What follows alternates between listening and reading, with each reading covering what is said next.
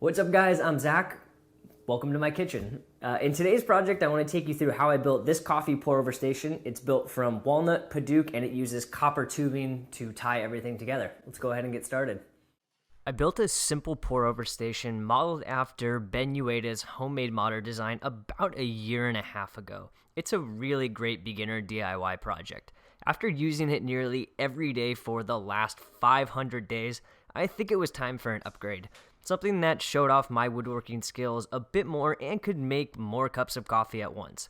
I bought some quarter saw and walnut and will be using some scrap Padauk that I had left over from the zebra cutting board that I made a few months ago. Since the material had some warp to it along the edge, I began by breaking it down on my miter saw into sections about 2 inches longer than the longest pieces that I would need. To get a straight edge, I used 2 different methods, so you can just pick the one based on the tools that you have. The first way was using the joiner. Now mine isn't a very big joiner, so breaking down the material into smaller sections makes squaring up the edges a bit easier. The second way is to use a taper jig, where you can secure your piece into the sled and then run it along the miter of your table saw, and I'll never not be impressed with just how clean of an edge it gives you each time. And here are the 2 pieces jointed the 2 different ways, and you can't even tell the difference between them. Once I had my reference surfaces, I could begin breaking down the material on the table saw. The bottom section of the bill was to be a little over 1 inch thick, and the top section would be around 7/8 inches thick. The Padauk I had was far too thick for the accent design that I had in mind, so to resaw it without a bandsaw, I needed to have matching parallel straight edges on each side. So I squared up the second side on the table saw, and then I measured and marked the center of my piece so that I could next break it down on the table saw. For resawing, I put the piece next to the table saw blade and raised it up a little bit over half the total height of the piece, and then moved my fence over to the center point that I had marked previously.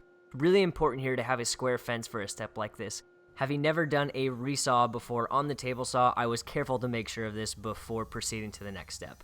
So then using 2 passes and flipping the piece over vertically in between each pass, I could run the wood over the saw blade, resawing the piece into 2 halves. And a few light passes through the planer cleaned up those saw marks that the resaw left behind.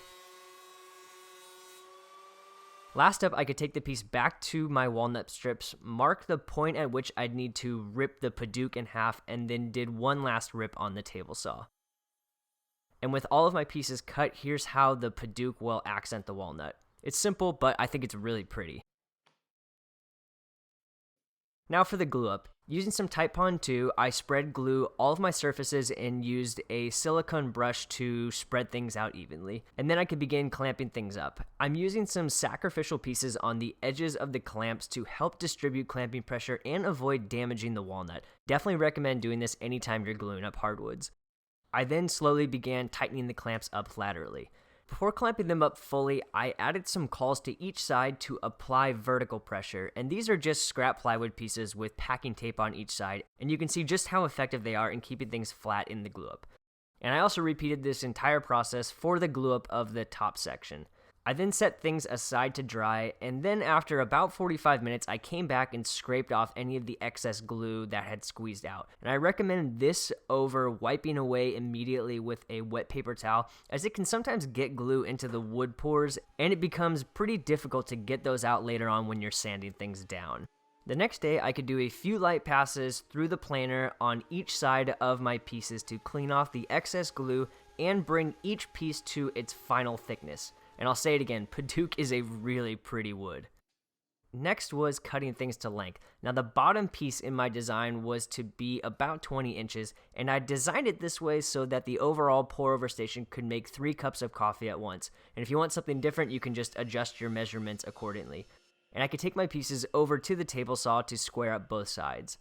Now initially I only cut my top section to a rough final size, as I wanted to utilize both the bottom section, which was cut to its final size, as well as the copper pipe fittings to determine the exact measurement. And once I did that, I could then square up each side to a final length. And I think it was a little over 17 inches. Once each section was cut to length, I went over to the router table to add a light chamfer to the top edges of each section. And it's really amazing how such a small addition can add so much character to a piece visually. Next up was cutting holes on the top section for the pour-overs to rest in. And this was a mix of finding the center of the piece from both directions and using a coffee mug to determine where it made the most sense to have each section be. Essentially, this was half measuring, half visual, and I just made sure that both holes on the sides were evenly spaced. To cut the 3 holes, I used my center punch and a 2 1/8 inch Forstner bit on the drill press, which made a bit of a mess in the process. I also decided to add an even smaller chamfer to the top and bottom edges of the holes. Again, it just made it a little bit more visually appealing to me. Next up was sanding. Now the planer left a really smooth surface, actually kind of surprisingly smooth, so I used the orbital sander at 120 grit on the top and bottom surfaces, and I skipped a few grits for hand sanding and tackled all the surfaces, chamfers, and corners of each section at 320 grit. So each of the 2 wooden sections was done at this point, so it was onto the copper pipe assembly. I carefully marked out and measured evenly where the top section should sit relative to the bottom piece, and then using the copper fittings, I could mark out where I needed to drill my recessed holes to accept the pipes. And I did a few test drills off screen, and it turns out that half-inch copper pipe is actually 5/8 inches thick. Glad I checked. Now, I didn't want to drill all the way through, so I used my brass marking gauge at a 1/4 inch thick to mark the final stopping point of the bit, and then just slowly drilled out the material in each of the 4 corners. And this was my first project ever with a drill press, and I can't believe I went 2 years without one. Last up was cutting all the copper pieces to length. I measured out the height I'd want my final build to be using my biggest coffee mug as a reference, and remembering that for each of my measurements to add an inch of length to the copper tubing, as the copper pieces would rest a 1/2 inch inside each fitting.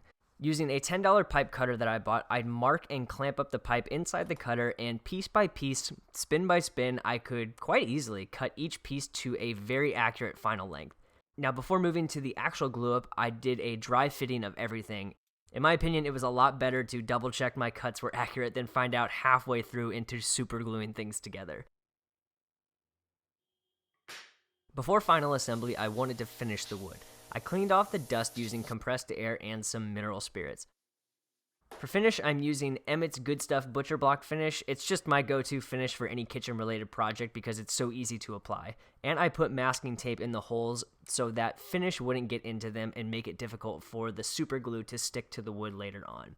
And it's always so satisfying to see the colors and the grains of different woods come to life as the finish soaks into the material. The copper fittings all had little price tags on them, so I soaked them in some mineral spirits for about 15 seconds, and then could really easily scrape them off with an old chisel, and then wipe off any of that excess gooey glue with a paper towel.